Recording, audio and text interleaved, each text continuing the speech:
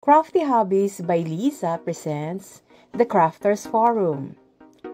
Hosted by yours truly, Lisa Lee, aka Mommy Lee. Our featured guest, Miss Sharon Lee, crocheter and content creator with 132,000 YouTube subscribers. See you on Monday, May 20th, 8 a.m. Okay, good morning everybody. So, ayun nga po, for today's video, for our today's live, we're going to interview our special guest, our featured guest for today, Miss Sharon Lee Candelario. Ang topic natin for today, how to be a crocheter and content creator, and how to succeed as a content creator in social medias like YouTube, Facebook, and other applications. Ano? And let's welcome Miss Sharon Lee. I hope, ano na to? Welcome on stage, Miss Sharon Lee. There you go. Hi, hello everyone. Welcome to our Crafters Forum, Miss Sharon Lee. It's nice to see you. Bumati ka muna sa ating mga viewers. First of 1 all, million viewers. thank you for having me, and yes, I would like to share some of the information, yung backstory ko about learning how to crochet. Hindi ganun kadali katulad ng ibang mga fellow crocheters natin, pero naitawid naman. Naitawid naman, oo. Oh. So, ayun nga po, no? Tell us about how you start as a crocheter and how did you learn how to crochet? Yung mga beginnings mo. Beginner journey, ganon. So, nag-start ako kasi, after nanganak ako, di ba, hiwalay nga. So, yun yung time na parang medyo broke pa ako, hindi ako makabalik kasi dati akong nagtatrabaho bilang online English teacher. But before that, call center agent. So, yun. So, during those time na, siyempre, pag single mom ka, tapos isa ka lang ng anak mo, para bang nagkaroon ako ng konting, siyempre, may postpartum pa kasi kapapanganak. No?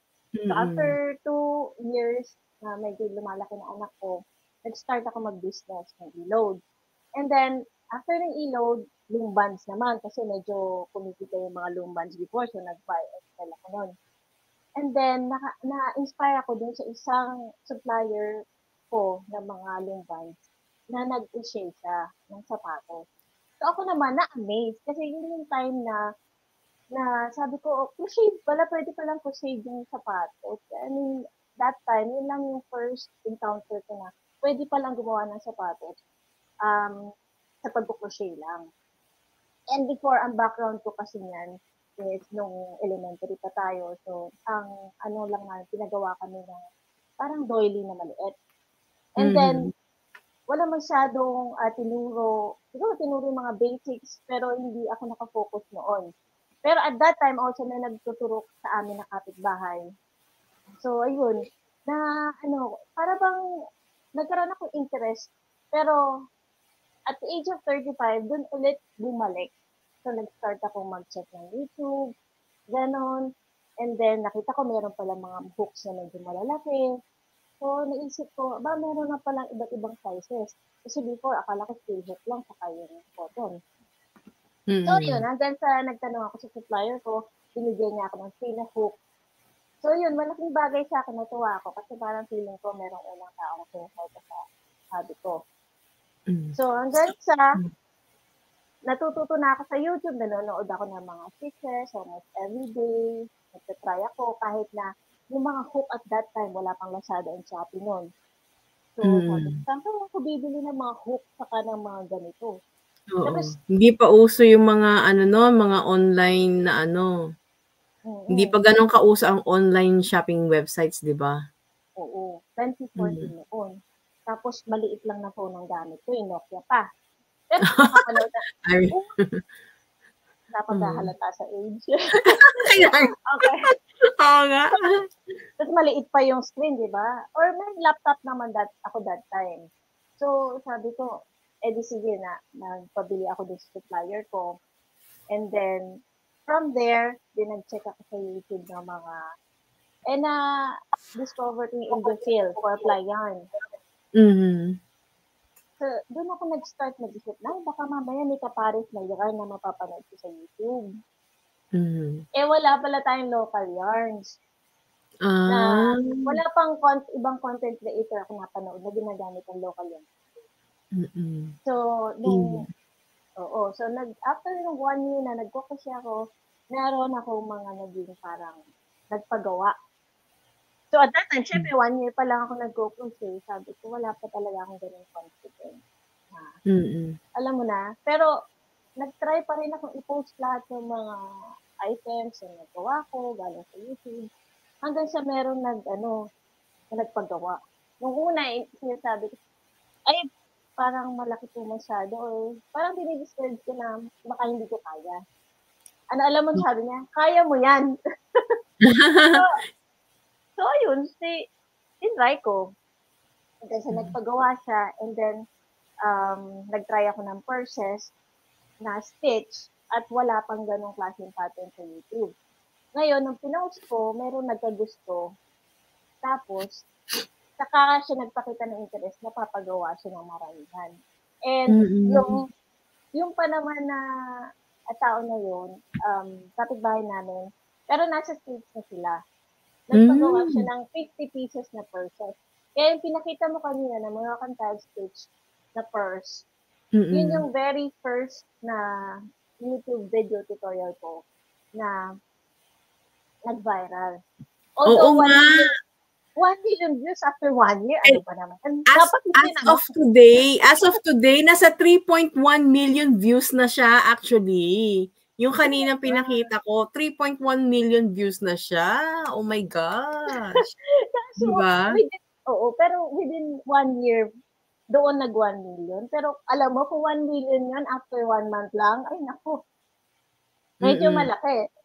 Pero, hindi pa doon nag-umpisa yun. After tumanggap ng NPO, medyo mga after 3 years, saka naman ako nag-decide, 2 or 3 years, saka ako nag-decide na gumawa ng video tutorial.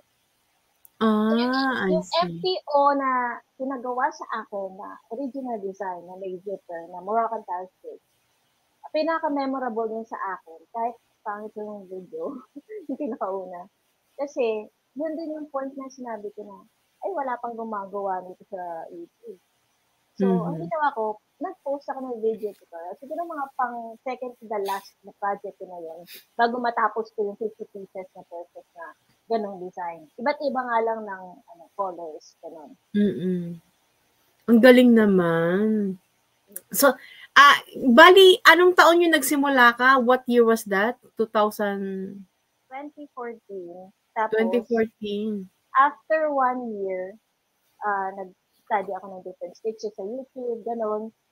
And then, siguro after 3 years pa, 2015, 16, ganon. 16, siguro, 2016 or 2017, nag-start ako mag-upload sa YouTube. Hindi ka nang pabilis, pero naabutan ko pa yung requirement ni YouTube na hindi mo kailangang abutin yung 1K subscribers. Oo. O, diba? Ganun mo tayo katanda. Hindi ko nalaman yun. Ako kasi actually, when I came here sa Korea, doon na ako nanonood ng mga tutorial sa YouTube. Pero never kong naisip maging content creator because I was learning how to knit din 2013. Tapos hindi, basta nood lang ako ng mga tutorials. Tapos hindi ko naisip na pwede palang ganun yung pagkakitaan yung pagiging content. Hindi ko naisip na maging content creator ako. Parang ngayon ko lang siya naisip kung kailan, yung madami nang gumagawa. Oo. Kaya gano'n. Nung time ko, yun din na inisip ko eh. Alam mo, nagkaroon ako ng doubts kasi sino ba naman ako, di ba? Parang inisip ko sa sarili ko, kaya ko ba yun? Kaya ko bang ma-reach yung 100K subscribers? So for me, hindi naman din ako parang feeling ko malayo siguro sa katotohanan. Kaya nga. So, nung nag-start ka maging content creator, yun yung dahil, yung sa Moroccan stitch, ano, yung purse. Oo, yung So, design. so pinagpatuloy mo na siya. Pinagpatuloy ko na siya. Kasi parang feeling ko, since wala namang, parang ang goal ko that time, wala namang makagawa pa ng design na ganito, gamit yung local yarns natin. So parang feeling ko, baka may manood. Pero ang nakakatawa sis, nung nag-post ako noon, mas marami akong foreign viewers. Oo. So, ang reaction ko ay, bakit yun? Although natutuwa ako kasi at that time, nung first year na yan, dami kong comment, ang daming gumawa from Paris, from Spain, basta iba-ibang country sila. Pero syempre, pag Pinoy ka, gusto mo ang talagang number one na magsusupport sa'yo. Yung mga Filipino subscribers. Pero syempre, inisip ko, baka siguro English yung instruction ko. Ganun. Pero Kasi nga hindi, siguro that time hindi pa ganun kang ano nga yung pag-crochet sa mga Pinoy eh. 'Di ba? Kaya ganun. Pero alam mo, 50 subscribers pa lang ako noon. Talagang sabi ko, ba't walang mga Filipino ko share? Yun lang ang lagi kong tanong. Sabi ko, ba't naman ganun? Sabi ko, parang wala akong mahanap. Tapos, dumating ako, nadaanan ko yung first crusader na napanood ko, si Sedi Aki. Kilala mo yun, di ba? Si Oh, yung si Ate Sedi, yes. Yes. So, sabi ko, buti pa siya, naka 200 plus, sabi ko pa. Kasi, syempre, pag hindi maiwasan i-compare sarili mo at that time, kasi sabi ko, ako 50 lang, pero medyo marami na ako nagawang video, sabi ko. Meron pa nga nag-viral, yun yung kanta. So, yun, so ang iniisip ko lang, sige, sana makarami ako ng views, ganun, makarami ako ng content. So, at that time, yung first year ko na yun, ang goal ko talaga, makarami ako ng videos. Kasi, napanood ko rin sa YouTube na kailangan almost regularly nag-upload ka, ganun. So, ako naman, masipag ako at that time. So, nag-iisip ako ng gagawin ko. Minsan, nililista ko pa kung ano. Oo. Kasi, kumukuha ka rin naman ng idea sa ibang mga tao. And then, correct. ganun. So, feeling ko, paano ko kaya bibigyan tutorial itong design na ito na yung may personal touch ko. So, yun, pag may nakikita akong ibang gumagawa ng mga purses, yun, niisip ko kung paano ako gagawa ng sarili kong design. Yun talagang gagawin sa akin. Pero yun nga, marami na ring, nagko-content creator, no? Especially ngayon, marami na yung pag mag-type ka lang ng mga about crochet tutorials, super dami na. So, ano sa tingin mo po, what makes you unique from other content creators on social media? Ako naman, yung first year ko na nag-upload sa YouTube, ang goal ko talaga is makarami, kumita. Kasi single mama ko. So, sabi nila, kikita daw. And nakuha ko lang din yung idea na yun sa isa sa mga Korean ba? Malaysian kasi ito eh. Korean student ko ng ESL teacher pa ako. Kasi at that time, nag-juggle ako ng dalawang trabaho. Yung ESL na home-based and then yung pag-upload ng video sa YouTube. Saan nagsabi sa akin na pwede akong kumita. And then from there, ayun, nagsunod-sunod na. So, parang ang naging goal ko yung first year is gumawa ng videos. I see. Pero ang pumasok pa lang yung parang feeling ko kailangan kong gandahan or galingan yung siguro nung nakikita kong siyempre pag tumatagal kang gumagawa ng video, so nakikita mo yung mga tao na nag-feedback sa'yo. Dapat ganito, wala kang, hindi ka nagsasalita, you're not talking, you should talk, you should... Yung parang ganon. Mga bashers. May bashers, oo. Pero ako kasi hindi ako masyado sa nagpo-focus din sa yung kunyari, ang likot ng video mo, ganyan. Which is talagang pag tinignan ko yung video ko, talagang totoo naman. Totoo naman malikot. Oo. So yung iba, tinitake ko as, yung parang dapat baguhin ko yun. Dapat Oo. Oo. Pero syempre, mas Kumbaga, hurt ako. good criticism na lang. Totoo. Mas hurt ako syempre pag kapwa Pinoy ko ang nag-comment na, ba't ganito na, ba't ganyan. Kaya lang, ako kasi, parang, hindi ako masyado kasi nakaka-tindig ng approval or affirmation within the family. Na parang feeling ko, hindi naman talaga ako magaling. Pero ang sa akin, as much as possible, gusto kong maging unique ang designs ko. So, minsan meron ako mga nagagawa na mga projects na minsan nakakainis konti ang views. Pero sarili ko design. Pero makikita mo doon sa mga videos ko, original design. Pero mababa ang views. Pero hindi ko kasi maano yung mga gusto ng tao. Kaya lang, masaya ako na ginawa ko yung design. So, ang ginagawa ko, may mga times na nire-revise ko. And nakakatuwa naman kasi yung iba, tumataas pa yung views ng panibagong relation. I think, baka tiyempuhan lang yan kaya, Miss Sharon, kung kailan mo in-upload and dun sa mga titles siguro, sa hashtags or sa mga tags. Minsan ganun eh. Tsaka depende sa kung pinopromote din ni YT yan, di ba? Kung lalabas sa nila, sa, how do you call that? Sa parang newsfeed nila sa YT. Oo, algorithm. Oo, yung algorithm. Tatimingan mo yung peak season na nanonood yung mga viewers mo. Yung una ganun ako. Tatimingan ko, kailangan mga 6 p.m. Ganun, 2 to 6 p.m. Yun ang ideal time. Weekend. Yun din ang sinabi ko sa mga fellow ko natin na. Pero minsan kasi, parang dahil nga single mama ko at nag-aalala ako ng anak ko, hindi ko masyadong ma-follow yung schedule para sa mga peak season na kailangan sana nakapag-upload ako. So, nag-upload na lang ako pag talagang, natapos ko na. Anytime. So, usually from 2 p.m. to 6 p.m. yung ideal para sa everyday yung day na.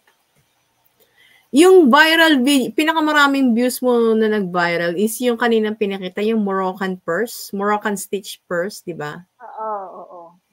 Yun yung may 3.2 million views as of today.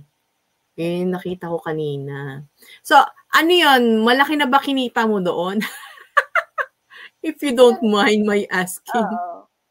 Yun kasi yung iniisip ng iba na pag nag-million views na, marami na. Pero actually, hindi. Kasi, di ba sabi ko sa'yo, kung after 1 month lang yung views na yon, tapos 1 million na natin ko, imagine mo, siguro kung, say, 10,000 views or 100,000 views equal to 10,000. So, yun. Ganon. Ang average ko lang, nasa ganon lang. At depende sa time, sa period of time na naka 1 million views ka, ganon. Oo. Kasi ikaw, di ba, nag-viral ka na videos, 100,000. Pero, in a month yun. So, malaki yun. Kung in a month lang. Pero, 1 million views in a 1 year, thankful naman ako kasi, hindi ko rin naman katakalaan makaka 100K ako na subscribers. So, happy ako na nangyari yun. So, sa tingin mo ba yung pagiging content creator, especially dyan sa YouTube, like, maganda ba yung kitaan? Maganda ba yung compensation na nakukuha mo as of today? As of today, since na-monetize siya ng 2018, every month nakaka-receive ako at a specific day of the month. So, depende yan sa sipag. So, kung kunyari, most of the time meron kang ina-upload, hindi ka nagpapataga ng after 1 week ka, tuloy-tuloy lang yung kitaan mo. And, usually, dahil nga may edad na ako, mahirap na yung malabo pa yung mata ko, hindi na ako ganun kagaling ewan ko, parang minsan na hindi ako ganun dati napakasipag ko pero ngayon parang feeling ko, naiiyak ako pag wala ako mai-content, gano'n. Pero Oo. dahil nga may mga reels na, may mga shorts na, kapag parang feeling ko wala talaga ako maisip na bagong design, talagang Mm. nag-stop muna ako or nire-recycle ko yung mga ibang videos ko from other tutorials, like gumagawa ako ng tutorials kung paano pinanagis, Mm. gano'n. Katulad ng pagpo-crochet din, di ba pa MTOs, tiyagaan, dahil Mm. yung kamay mo yung mapapagod, di ba? Same thing Yes. with content creation, di ba? Utak naman.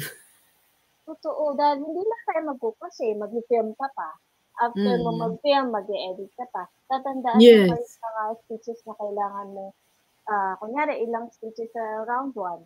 Magbabalik ka pa sa lahat ng mga na stitches or dun sa project mo. And then, maglalagay ka ng subtitles. So, Mhm. syempre, naiintindihan ko kung sasabihin ng iba na mahirap. Kasi, talaga, Kaya wala yatang madaling, Pero kung, kunyari, katulad ni Ali Jean, hirap na Yes. pagpatuloy yung YT niya. Nagkaroon yata siya ng konting problem. Pero kung titignan mo yung views niya, 100K a month is not bad. Parang yan pa ng 10K. Yes. Kaya nga, actually, nung simula nung ni-reveal ni Miss Ali, yung kanyang kinikita every month or so, ang dami na, nakita mo, ang dami nang nag-release na din ng pattern. Di ba? Kasi sis, mas mahirap na yung maging content creator ka na yung nag-film ka, nag-video ka, tapos nagko-crochet ka. Parang, Yes. it takes about 3 to 5 days to finish one video na 20 minutes. Yun nga, di ba, kwentuhan tayo, yung reels nga lang, inaabot ng hours minsan, 1 to 2 hours. Oh, Kung correct. medyo gusto mong lagyan ng effect, i-timing yung effect dun sa, kunyari, kung gumagawa ka ng vlog, di ba? 1 hour lang yun, pero ang tagal, di ba, sis? Oo, di ba? Ako nga yung yung mga reels ko, yung lalo na yung nag-viral na reels. Syempre, bago-bago pa lang din ako, in-explore. Yung, ang gusto ko kasi yung hindi boring yung yung video na pag naka-steady lang, kahit nag-uusap kayo. Sabi ko, paano kaya yung Tapos, basta na-discover ko lang siya kung paano i-edit. Sabi ko, ganun lang pala. Pero yung 1 minute, yung, di ba, usually ang mga reels is 1 minute and 30 seconds. Yung 1 minute, 1.5 minutes na yon, ilang oras kong ginawa yung video, plus subtitles pa. Di ba? Tsaka yung mga effects. So, sabi ko, ang hirap din pala maging content creator. Pero, kasi nga, gusto ko, pag pinapanood ko siya, yung hindi ako naboboring. Yung walang, basta yung palit-palit ng view. Yung, ba yun? Parang yung angulo ng pinapanood mo, di ba? Oo. Ganun siya. And then also, pag gumagawa naman ako ng vlog, yun din, isa pa yung iniisip ko na makaka-offend ba yung opinion ko or yun pa, isa pa siya mga iniisip ko, kaya minsan yung pag-editing ko, iniisip ko kung makaka-offend ba itong sinabi ko sa video ko or hindi, or parang marami kang kailangang ang tawag doon, marami kailangan na i-consider. Yes. Also, sa pag-design din, kasi gusto mo man na maiba yung design mo, may time din ako na sumaloob kasi meron ako parang kilala na Korean na fellow content creator. Tapos, parang ginagaya niya yung isa sa mga purpose ko. Yun, di ba? Parang, pati yung color. Talaga pati ko, kahit man ang color, ibahin sana, no? But actually, I think, Miss Sharon, alam mo, sa pagiging content creator, ang dami-dami naggagayahan na. So, hindi mo na talaga malaman kung sino yung original. Siguro makikita mo na lang kung sino yung pinakamatagal na nag-upload. Like, etong upload na to is 3 years ago, tapos eto last week lang. So, it means, alam mo kung sino yung original na nag-upload nung stitch na yun. Yes. Actually, meron na, ito maikwento ko lang, may isang sikat na, how do you call that? Sikat na crocheter and pattern maker siya. Nung nag-release siya ng isang wearable, alam mo, nakita ko yung I mean, although yung pinaka-stitch, nakita ko siya sa Pinterest. Ang original stitch niya is, yung stitch niya, parang edging siya ng isang placemat. Pero yung stitch na yun, ganun na ganun, ginawa niyang wearable. Sabi ko, yung parang, okay, pwede pala yung ganun. So, meron nga sabi ni Mami Girly de los Reyes, di ba? Kilala mo din si Mami Girly de los Reyes. Yes. Sabi niya, wala namang, walang may-ari ng mga crochet stitches. Kumbaga, nasa sayo na lang kung paano mo siya gagawin, like, kung gagawin mo siyang wearables or design, yung parang i-incorporate mo sa mga items mo or sa design mo. Ganun. Okay. Kasi siya yung naunang talagang nakilala kong pattern designer. Based doon sa website na na-check ko sa kanya, talagang nakita ko naman, may pattern nga yung kanya di ba? And usually, kumikita siya doon din sa website, nag-a-appear naman yung commercials. Under AdSense din yun ang video. So, sabi ko nga sa kanya, tuloy-tuloy niya na. Pero sa totoo lang, sis, mahirap talagang gumawa ng sarili ng design, di ba? Oo, totoo yan. Pinag-iisipan talaga. Content nga, di ba? Ikaw, gugustuhin mo din na yung nag-viral mo na video, masundan pa ng mas maraming views. Diba? Correct. Lahat tayo nag-hope na gano'n. Kaya kung minsan nakikita ko sa mga posts ng mga fellow shares natin, ano ba naman yan? Wala akong mapagbentahan. Ay, ano ba naman yan? Parang hindi ko mabenta yung mga ginawa ko. Ganyan, ganito. Sa loob-loob ko, ako din, dumating din ako sa gano'n, yung walang bumibili, hindi ka makabenta sa ibang franchise. Pero pag naisip mo na marami palang opportunity, yung kasi, hindi lang naman sa paggawa. At wala lang ginagawa natin, content creation, pwede mo rin yung affiliate marketing, gano'n. Isa sa mga nakakatuwa, yung mga perks ng content creator. Kahit ako feeling ko talaga, hindi small timer pa lang naman ako kasi talagang yung pera ko labas-masok lang sa akin, lalo na nagpo-therapy yung anak ko. Isa sa mga nakakatuwa, yung bigay ng Uratex. Ito. Ay, bigay? Bakit nila binigay sa'yo? Pinagawa nila ako ng video. Kaya kung may nag-a-appear na Uratex na yun, isa sa mga perks ng kapag content creator ka, tapos meron kang malaking following sa lahat ng social media. Darating at darating yung point na merong mag-o-offer sa'yo. Nasa sa'yo na lang kung tatanggapin mo, gagawan mo ng video. Kaya, natutuwa naman ako, sis, kasi magkakilala tayo sa Kumu, di ba? Oo. So, diba? Parang kahit pa paano tingnan mo yung progress nung ginagawa natin. Diba? Kaya so, nga.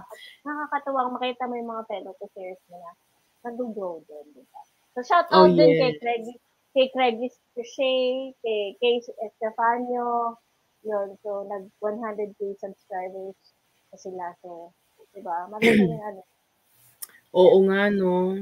Sana Actually, ako, naggawa din ako ng YouTube channel ko, but it was all more of a family vlog Tapos, itong sinimulan ko, itong parang podcast kinemerut na to.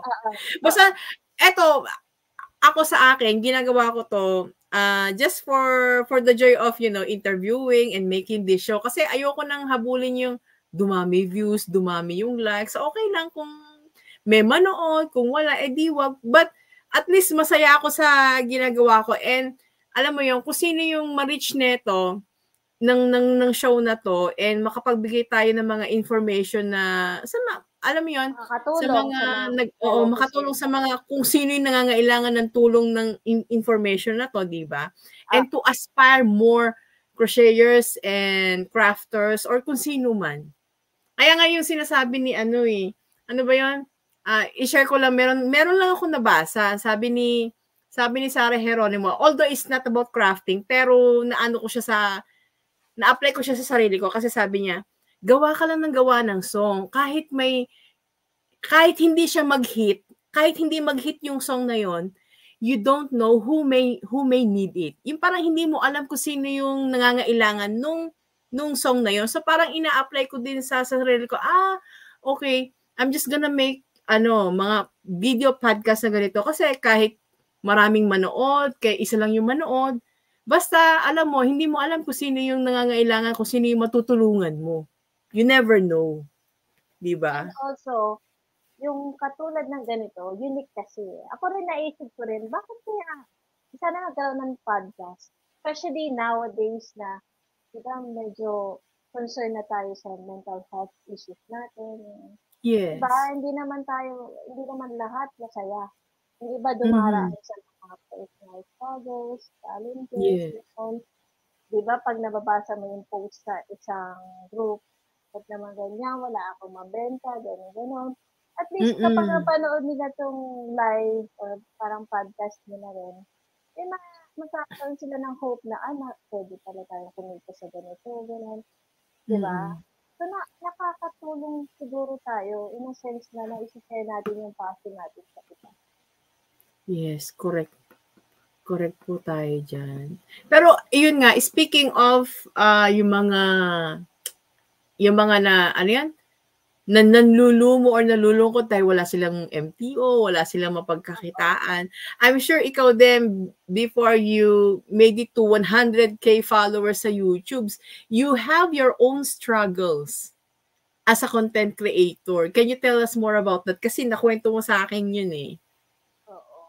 Yung struggle ko, sis, yun, yung paggawa ng videos while doing my job. Kasi home-based, ko teacher noon eh, Excel. And then, nag-iili ako ng anak ko na may special needs. So, mahirap yun na yung may special needs. Wala akong masyadong mapaghinga ng tulong kasi mami ko may edad na. Hindi ko naman pwede iasa sa kanya. So, ako bilang nagtrabaho ako at bilang alam mo na paggaling ko sa trabaho, tapos broke ka.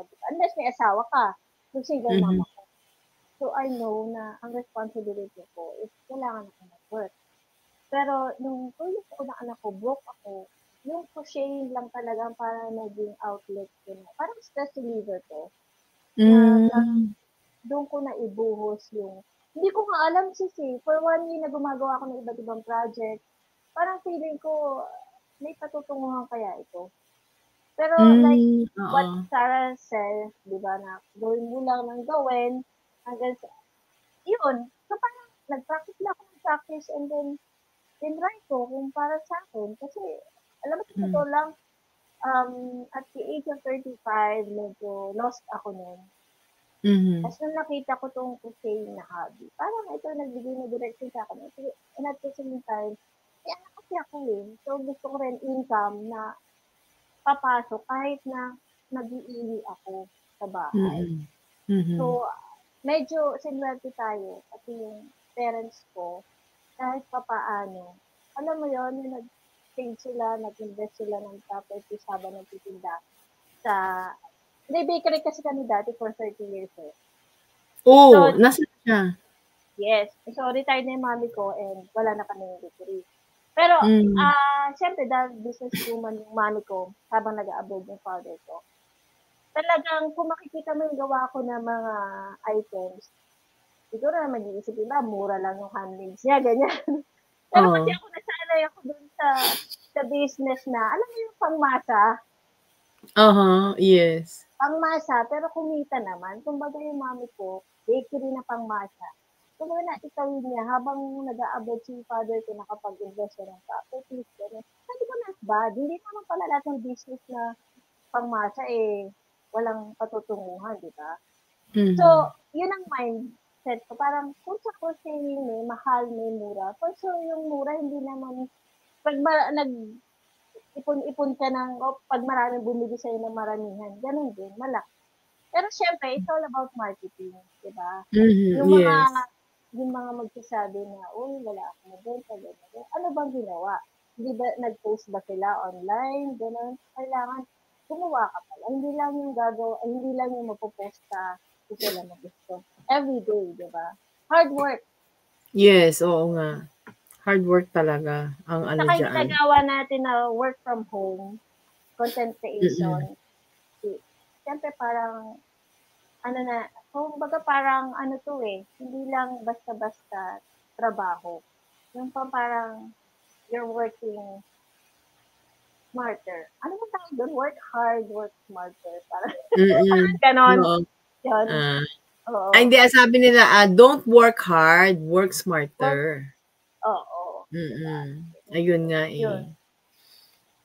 Pero ang tingin ko naman doon depende na talaga sa sitwasyon. But anyway, so bali, aside from YouTube, meron kang Facebook account din. Yes. So ilang, sa YouTube kasi meron ka ng 132k subscribers. How about sa Facebook po? Sa Facebook? Narinig ba ako? Sa Facebook, meron akong dati, road to 10k na. Kaya lang nawala. So, ngayon nasa 3.3k. Sayang yung road to 10k. Sana namomonetize ka na rin ngayon sa Facebook. Monetize na dapat yung ads on reels ko doon. So, yun, isip ko baka may violation ako or something, or hindi ko naman pwedeng mag-file ng IT kasi malaking magagastos. Baka nagpalit ka ng phone kaya? Hindi rin Pag-gising ko, talagang hindi ko na ma-open. As in, wala na yung page sa akin. Bakit kaya ganun? Ba't kaya nangyaring ganun? Sayang hindi naman. Hindi ko alam. Pwede may mga violations ako or parang may nabasa ako sa email ko na hindi ko lang napansin na kailangan kong gawin para makip ko yung email, yung FB page ko. Pero syempre, yung unang 3 months talaga para akong nagluluksa nun. Kasi syempre, sayang Oo naman. My God. Wala na tayong magawa sis pag gano'n na nangyari. Tapos ako nga, yung sa YouTube ko, hindi ko naman in-expect na makaka-receive ako. Kaya pa nga ng mami ko, baka scam lang yun. Niya. So, yung mga struggles ko noon, wala ko naniniwala na magagawa ko sa bagay. So, pero at least, di ba, sa YouTube, you made it sa YouTube. Oo, pero sana hindi lang naman yun. Sana makapag-monetize ko sa Facebook. Yung sample, madagdagan ko and maipasok yung anak ko sa mas maraming schools kasi may special needs So, sa ngayon, dahil back to therapy siya, medyo malaki-laking gastos. Siyempre, bilang single mom at kahit yung mga magulang ko nasa senior years na sila, nahihiya ka naman na-aasa sa kanila sa lahat. Anong tawag doon? Ako naman i-share ko lang din yung sa akin, yung sa Facebook page. Actually, yung personal account ko, ginawa ko na lang siyang professional mode. Tapos, parang ang hirap niya talagang ma-achieve pagdating sa Facebook na ma-monetize ka. Hindi katulad yung meron silang yung nagpa-follow to follow na gano'n. Sabi ko parang, tapos napansin daw ni FB yung gano'n, so hindi na pwede. Hay, nako, inano ko na. Kumbaga, sabi ko, hay, wag na nga lang, bahala na. Sabi ko gano'n sa sarili ko. Basta sabi ko, mag-a-upload na lang ako na mag-a-upload. And then, yung nga, one time na biglang nag-boom yung Crocheter Nanay series ko.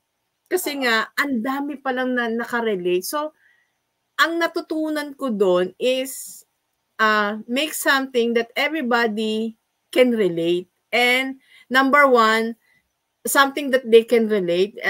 Marami makaka-relate. Number 2, nakakatawa. Ayan, nakakatawa talaga siya. Yung matatawa sila. And number 3, yung pag-edit mo ng video siguro.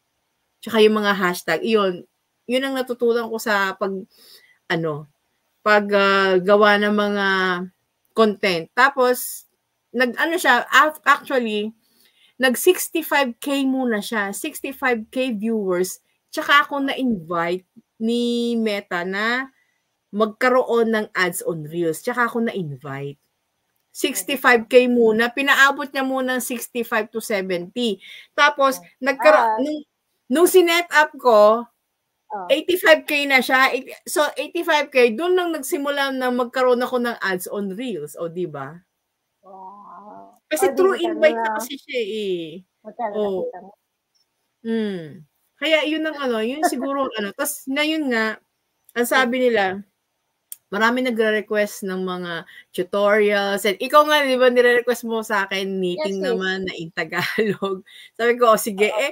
Nung tinatry ko mag ano ng tutorials na ganyan, Oo. hala, naiinis ako kasi I'm not satisfied sa result kasi ng cam ko. Kaya iyon. Pero aanuhin pa rin natin yan. Anyway, Yes. balik tayo dun sa ano, sa inyo, no, sa mga social media accounts mo. Meron ka Yes, bang goal this year? Like, how many followers do you want to get? Ano yung goal mo this year sa pagiging content creator and as a crocheter? Sa ngayon, sis, alam mo, medyo dumadaan tayo sa struggles. Lalo na yung anak ko, back to therapy at marami siyang mga meltdowns lately. So, ang sa akin, habang naghahanap ako ng makakasama niya, ang goal ko talaga is ma-improve ko pa yung content ko. Dahil kasi nga marami din akong gusto gawin. Kararating lang yung demo haul ko. yung isang 40 pins saka isang 22 pins. Kaya alam ko din sa mga ibang mga fellow creators natin, sabi na, buti na lang, di siya nagpabudot. Pero kasi, meron akong parabang, alam mo yun, parabang minsan nakakainis. Interesado tayo sa maraming bagay. Frustration ko pa naman na hindi ako makapag-git ng maayos. Puro laging natatastas ko kasi nga nagkakamali ako, hindi ko alam. Pag sa meeting ba kailangan na, kasi pag natastas na siya, parang feeling ko kailangan ulitin mo na naman, gano'n. Hindi ako marunong. Ganun ba?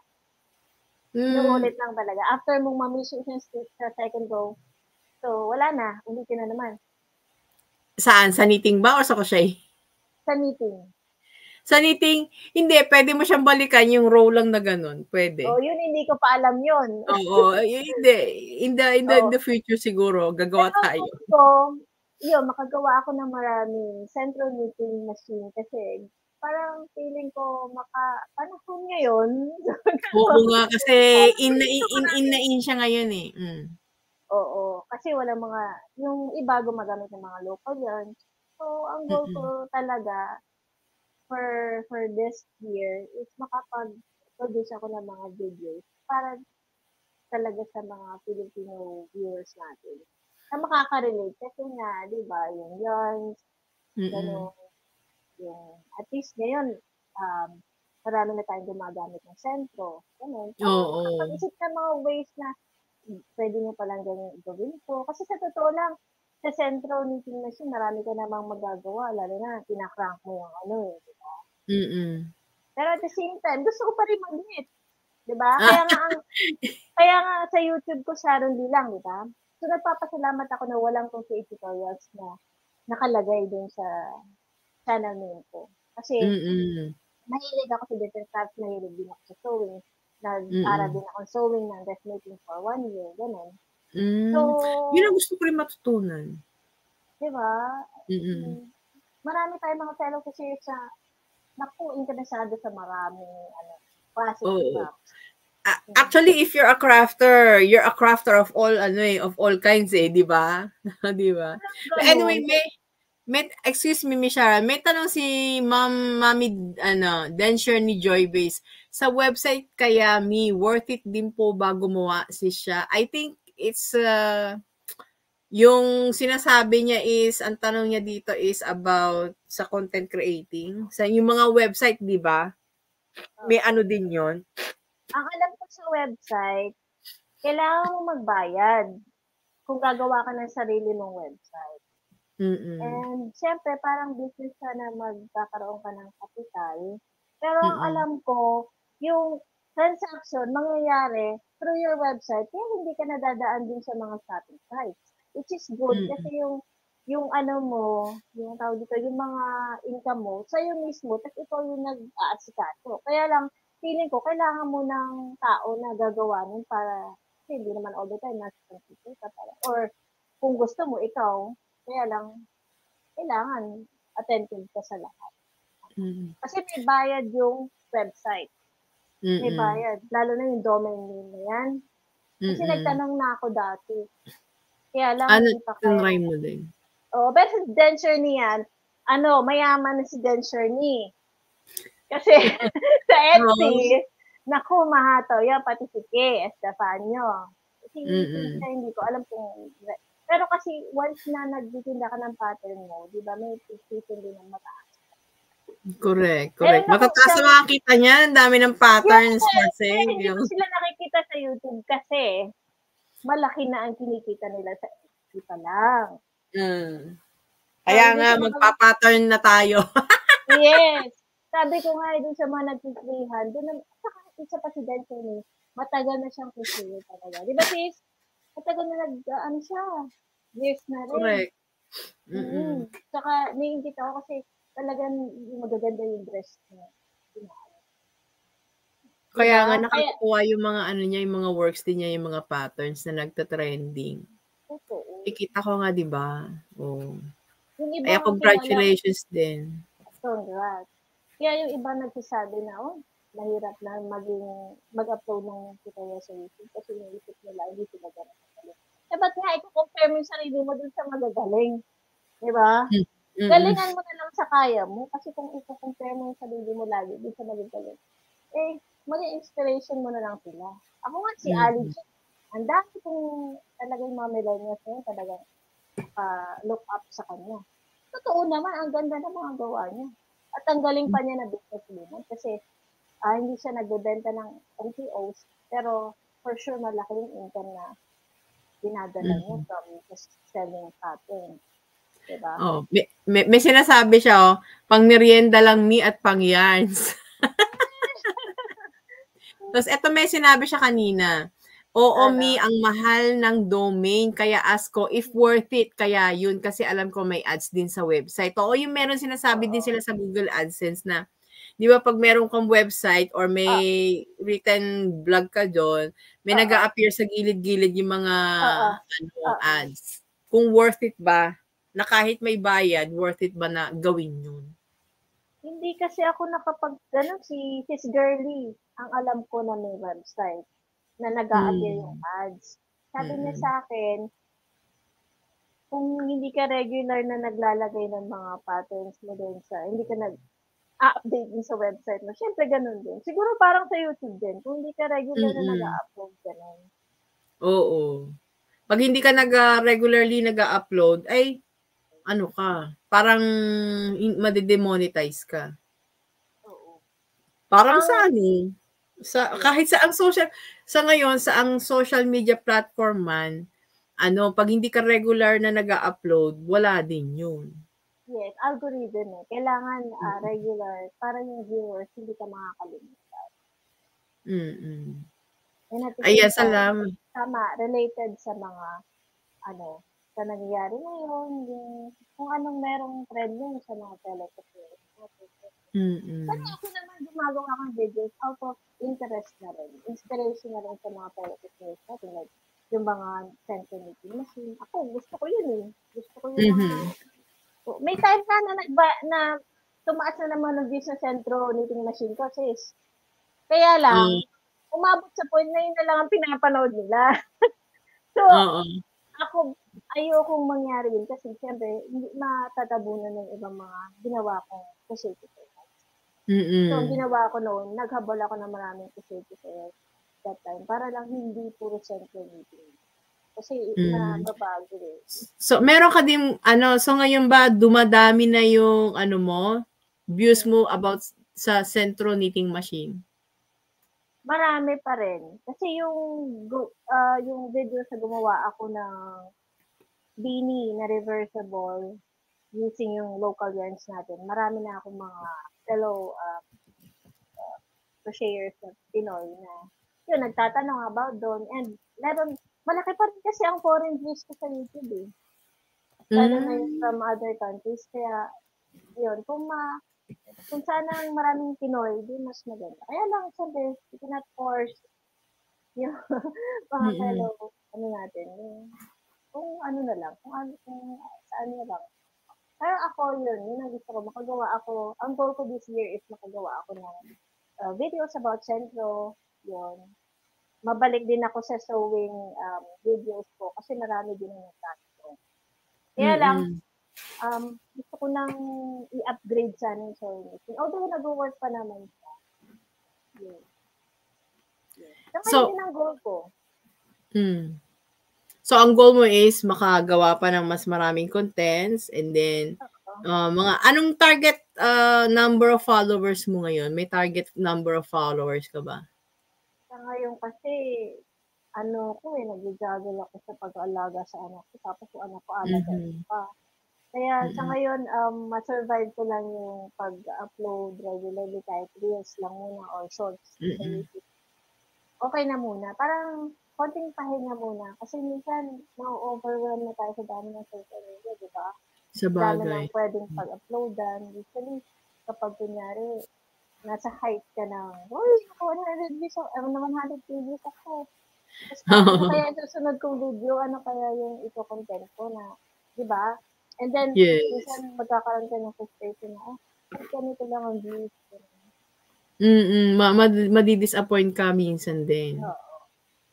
Pero yung pag-crochet natin, di ba, sa umpisa, lalo na kapag gusto natin natutunan, yung enthusiasm natin na yung level mataas eh.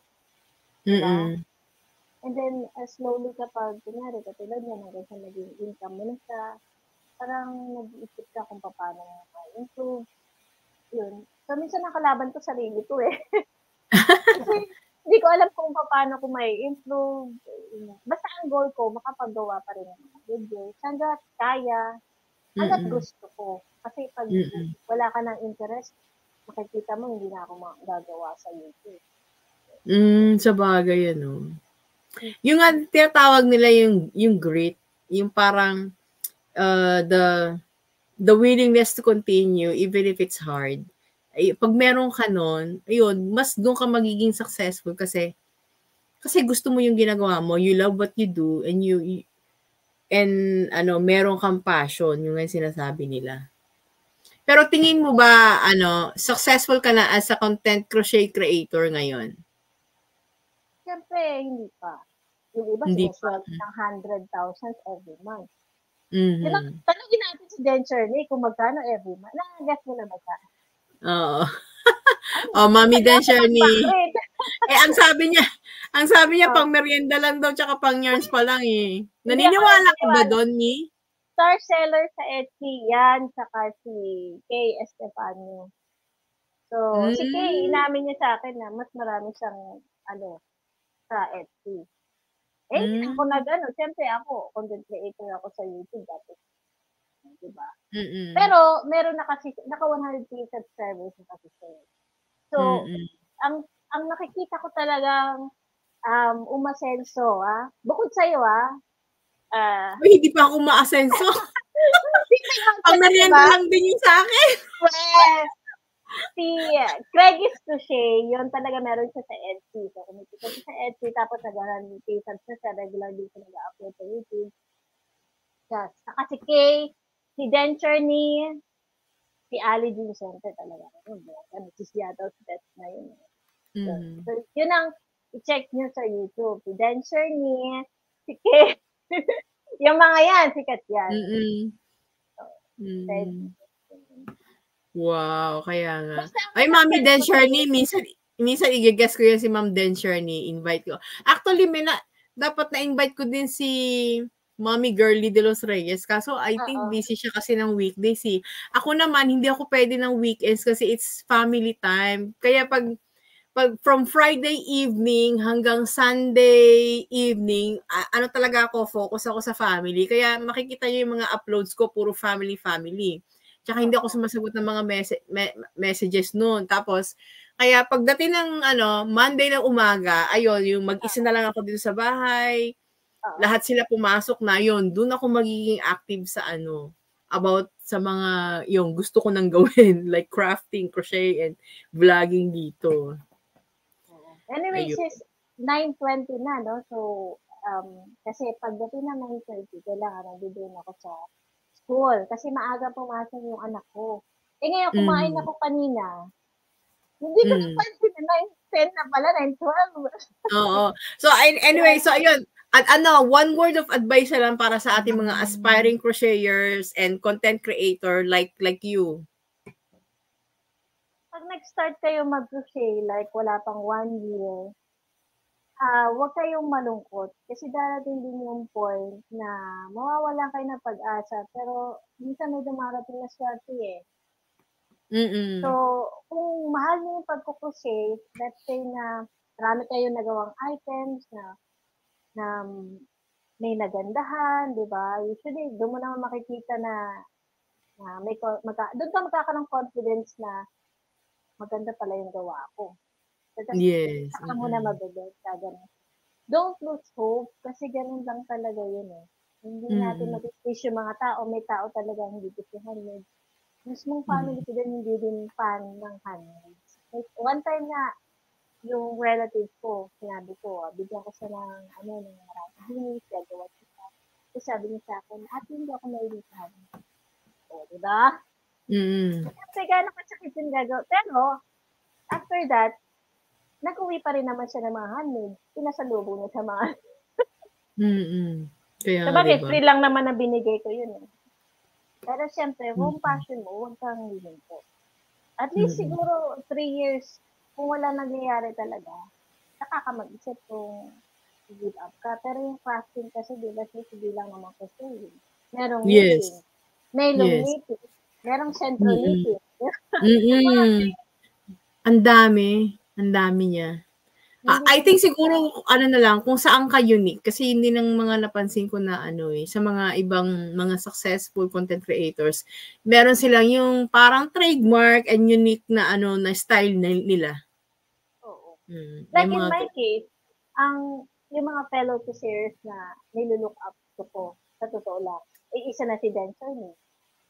Yes. Yung mga dress na ginagawa niya, gano'n. Nakikita ko na itong tao to magaling talaga. Kasi nakagawa siya ng pattern, di ba? Gano'n ka dress pa. Mahaba yung pattern sigurado. Ako nga, mismo, tamad akong gumawa ng pattern eh. Kaya nga ako nag-YouTube eh. Kasi hindi ko na ilalag. Totoo. Kaya hindi ako nakagawa ng written pattern kasi parang okay sa akin yung mag-film. Pero yung mag-umupo, tapos gumawa, kasi lahat, parang hindi ko kaya eh. So anyway, sige, Miss. Sa mga nawawala ng pag-asa, yun, don't lose hope, just don't give up. Yun. Oo.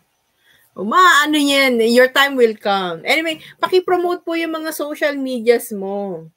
Yun, sa YouTube aside channel. From YouTube. Yeah, Sharon Lee. Meron akong kasi tutorials doon. And sa meeting tutorials, hinintay ko pa yung kay hinintay kita, sis. Sa'yo ako matututong mag-meeting eh. Ganun ba? Oo. Tapos, yung central meeting na king. Ayan. Meron din akong videos tungkol doon. Mga 8 videos ko. May video tutorials ako gamit yung mga local yarns natin. And also, nagkakaroon ako ng unboxing ng dalawang central meeting na hinol ko from Temu. Nagkaroon ako ng 1,000 off. So, medyo malaking tipid na rin. Yung price ng 40 pin, parang may libre niya siyang crediting, something ganun. So, makikita niyo sa channel ko. And also, meron din ako sa IG. Yun, medyo tumaas yung IG ko, kaya lang nakakainis. Sana yung FB na lang mataas. Kasi hindi ko na-monetize sa Pero yun, sa IG ko, Sharon Lee din, at Sharon Lee 26. Oo. Tapos meron ka din Facebook, Oo, meron din akong Facebook, yung Sharon Lee Shop, 3.3 K na followers. And then, meron din ako sa TikTok at Sharon Lee 6,000. Ayan, yan. Sharon Lee Shop. Yes. So, meron din ako sa TikTok.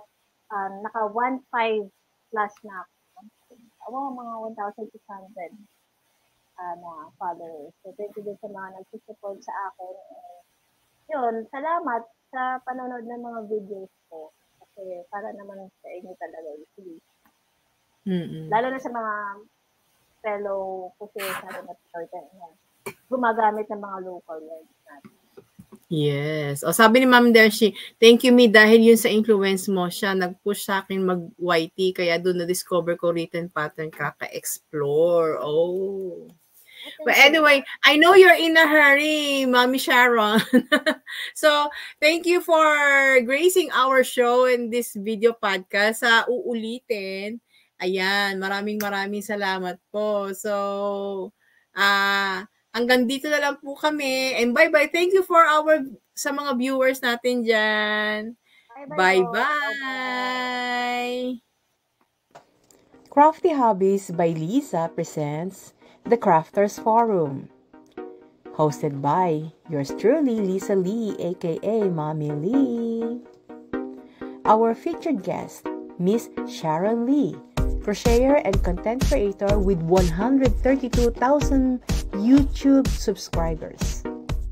See you on Monday, May 20th, 8 a.m.